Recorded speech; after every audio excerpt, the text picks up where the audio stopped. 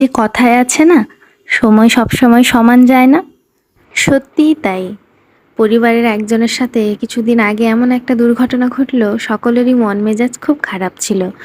কোনো কাজেই না মন বসাতে পারছিলাম না। বেশ ২-১ দিন এইভাবেই কাটলো। তারপর ভাবলাম যে এই মন খারাপ করে বসে থাকলে না সময়গুলো এইভাবেই নষ্ট হবে।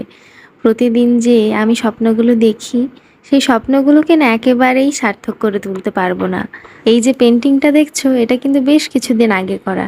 কিন্তু তোমাদের সাথে আর শেয়ার করাই হয়নি। তাই তোমাদের সাথে সেটাই শেয়ার করছি। আর মনে মনে ভেবেই নিলাম যে যাই বাধা বিপত্তি জীবনে আসুক না কেন, ভালো সময় বা খারাপ সময় যাই আসুক না কেন, সব কিছুরই কিন্তু পরিত্রাতা এই মহাপ্রভু জগন্নাথ। ওপর থেকে উনি সবই দেখছেন, সবটাই ওনার হাতে। শুধু শুধু দুঃখ করে আর লাভ কি? মনে সাহস জুগিয়ে এগিয়ে চলাই শ্রেয়। তো আজকের এই ভিডিওটা তাই তোমাদের কেমন লাগলো অবশ্যই কিন্তু তোমরা কমেন্ট করে বলো কিন্তু।